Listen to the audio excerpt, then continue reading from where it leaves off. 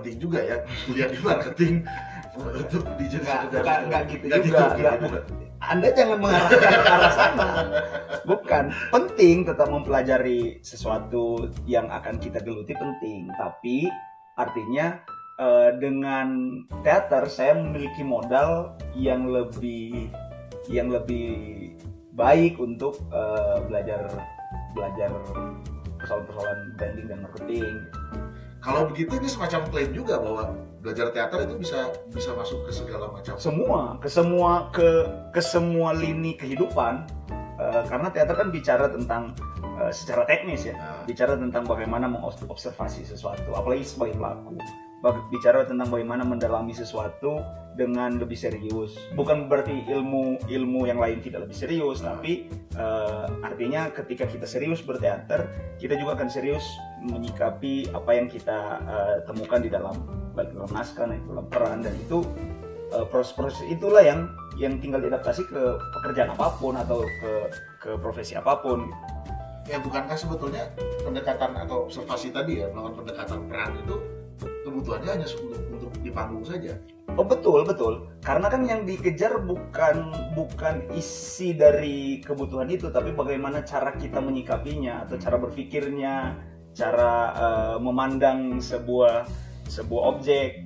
Nah itu contohnya gini, kita melihat sebuah naskah dan kita menuntaskan naskah itu dengan sudut pandang bla bla bla bla. Nah ini kan sebuah proses, sebuah usaha. Nah proses ini mari kita pindahkan ke objek yang lain yang bukan naskah. Saya mau ke objek pekerjaan saya, branding dan marketing. Di luar ini ya, di luar yang sifatnya eksak di dalam dunia marketing ya, di luar yang sifatnya hitung-hitungan, apa yang kira-kira bisa dikorelasikan antara sebuah proses di dunia panggung, peran selama ini dengan yang dilakukan sekarang, Chris? Di luar hal-hal yang berhubungan dengan eksak, misalnya berhitung anggaran atau berhitung cost untuk melakukan sebuah proses marketing gitu. Lebih ke totalitas sebenarnya. Totalitas memaksimalkan apa yang kita tahu, memaksimalkan apa yang kita rasa, ataupun kepekaan terhadap lingkungan, kepekaan terhadap peran. Itu bisa kita adaptasikan ke kepekaan terhadap market, kepekaan terhadap penyerapan daya serap dari market itu sendiri. Nah, tapi hampir banyak banget sih Bang yang bisa dipakai tuh. Persoalan kepekaan, persoalan totalitas. Yang paling umum aja lah kira-kira. Iya itulah. Kalau bicara marketing kan pasti bicara soal kemana kita akan melempar produk, berapa harga yang akan kita gini. Seperti itulah. Ini harus diluruskan dulu. Jadi gue itu branding marketing atau creative marketing kalau pada hari ini pada umumnya dikenal lah. Jadi yang aku brandingkan itu bukan produknya sebenarnya, tapi brandnya. Which is kayak bikin iklan, kayak membuat campaign, lebih ke brandingnya, bukan seperti marketing yang drive to sales gitu, langsung direct sales, bukan ke sana sebenarnya. Ini sudah lurus ya. Kalau itu ini lebih pada bagaimana kemudian memanage isu ya sebenarnya. Iya, sebenarnya kayak ini berpolitik lah. Iya, manage campaign isu lah. Iya, membranding, sumpama Bang Joni Kampring mau jadi presiden atau calon legislatif. Cocok lah, saya kan cocok. Nanti belum ada kan presiden yang pakai kostum kayak gini kan, belum ada ya. Secara personal kan harus dibangun brand image-nya. Akan terlihat seperti apa? Ingin dilihat seperti apa oleh masyarakat agar masyarakat mau membeli dalam suaranya kan yang dibeli. Mau membeli atau mau memberikan tertarik memberikan suaranya. Sekarang kayak gini, Bang Joni Kampring pengen jadi presiden, objektifnya pengen jadi presiden. Kita pengen bicara bahwa Bang Joni Kampring ini cerdas. Nah, cara menyampaikan Bang Joni Kampring ini cerdas kan bukan cuma ngomong, dia cerdas loh. Kan nggak gitu. Jadi ada hal-hal yang harus diyakinkan ke orang bahwa Bang Joni Kampring memang benar-benar cerdas. Nah itu pekerjaan yang gue lakukan sebenarnya. Dan itu kan meyakinkan orang tentang satu. Balik lagi, menghipnotis, memframing orang. Ditolak ya bahasa menghipnotis. Memframing orang, masyarakat bahwa ini tuh begini. Padahal belum tentu sebenarnya. Yang namanya juga framing. Jadi, nah itu kan hal-hal seperti itu kan juga dipakai di dalam seni peran. Katakanlah kita memframing orang bahwa peran ini seperti ini. Ya, orang percaya. Mungkin ketika kau berperan menjadi aktor, bagaimana cara meyakinkan penonton bahwa kau adalah itu ya? Iya itu. Saya Romeo loh ini. Iya. Nah, itu kan nggak perlu disebut di panggung. Saya Romeo loh. Iya nggak perlu kan? Nggak perlu kan ya? Ini bisa dipahami. Jadi apa yang dilakukan sekarang itu pola-pola yang dipakai memang mirip ya. Iya. Diadaptasi lah. Dan gue pikir di semua lini pengetahuan itu akan berhubungan dengan teater. Teater tuh kayak ya karena memang tidak ada ilmu yang bebas nilai kan. Iya. Itu dia masalah. Semua saling berkaitan. Dan kebetulan kalau meminjam bahasa Om Remy Silado, dia pernah bicara di Manado waktu itu karena dia juga orang Manado, punya daerah Manado. Seni Sorodo. Apa itu? Sorodo itu dalam bahasa Manado itu seni yang rakus. Sorodo itu rakus. Jadi Remy Silado mencoba menggambarkan dengan kata ganti rakus tadi adalah teater membicarakan semuanya gitu.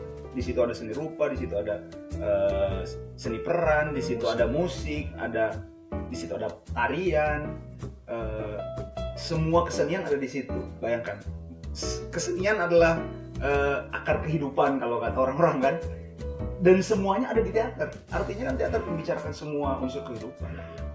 Termasuk tidak tabu dalam membicarakan banyak hal ya. Banyak hal, apapun.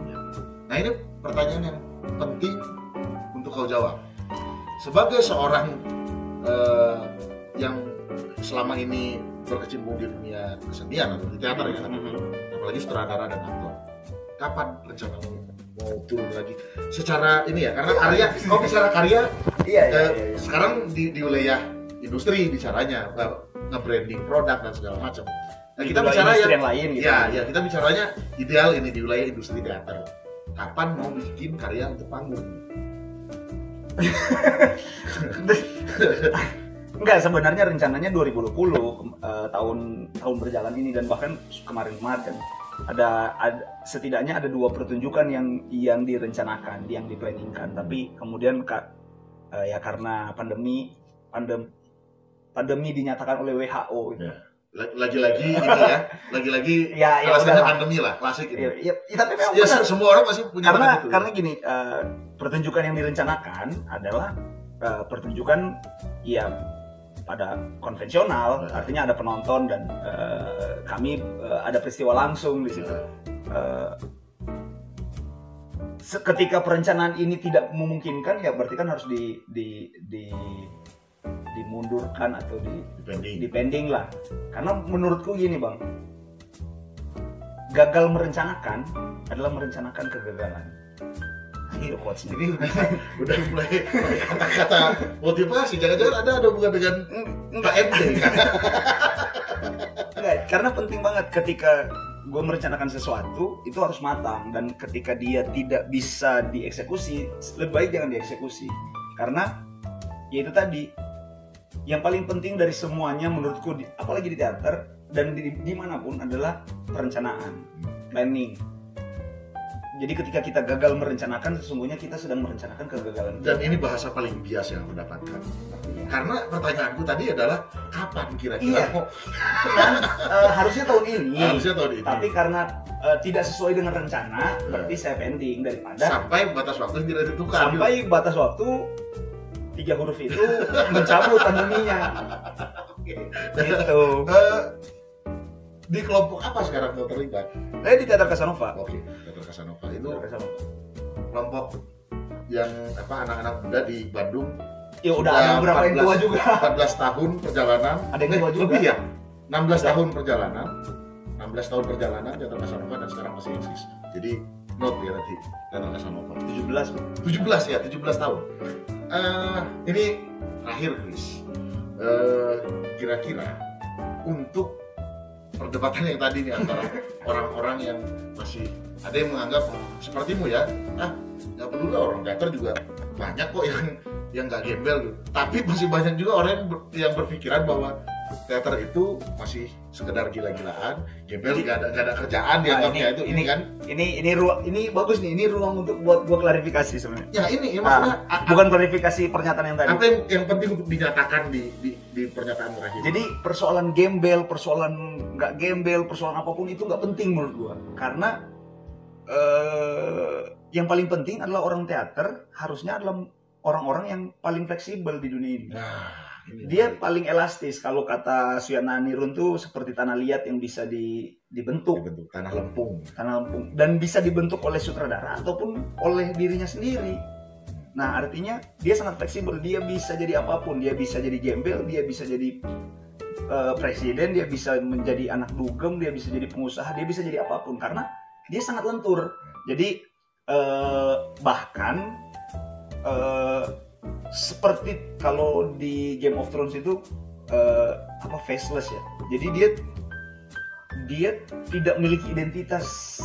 Kalau aktor ya, apalagi aktor, dia tidak memiliki identitas yang mapan gitu sebenarnya. Karena dia bisa menjadi siapapun kecuali pemikirannya itu bisa sangat mapan dan dipakai oleh banyak orang. Kalau persoalan gaya hidupnya, gue pikir bebas-bebas aja. Artinya sebetulnya kan yang paling penting bukan pada identitasnya, tapi pilihan dia untuk melakukan itu iya. Jadi dan kalau orang itu tiba-tiba menjadi kaku, nggak bisa masuk kemana, ke sini, ke bla bla bla bla bla segala macam, malahan gue mempertanyakan prosesnya.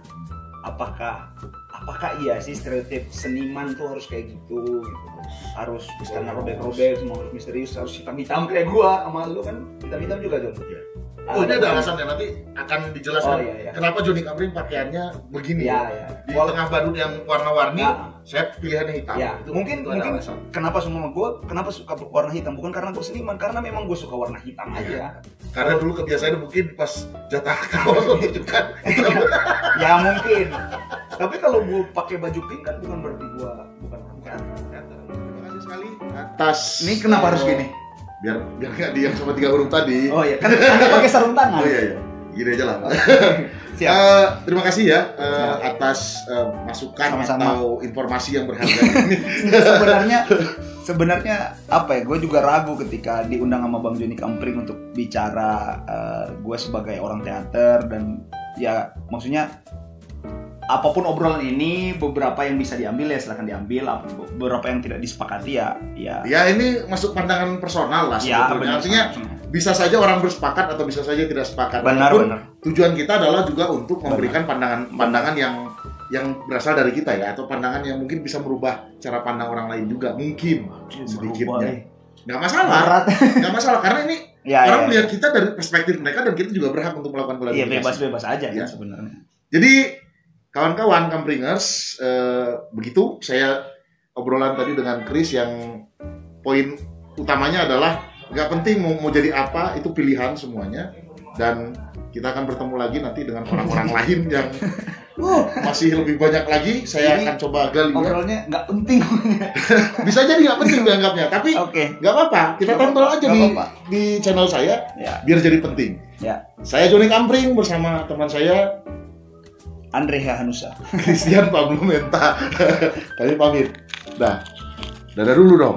Dadah.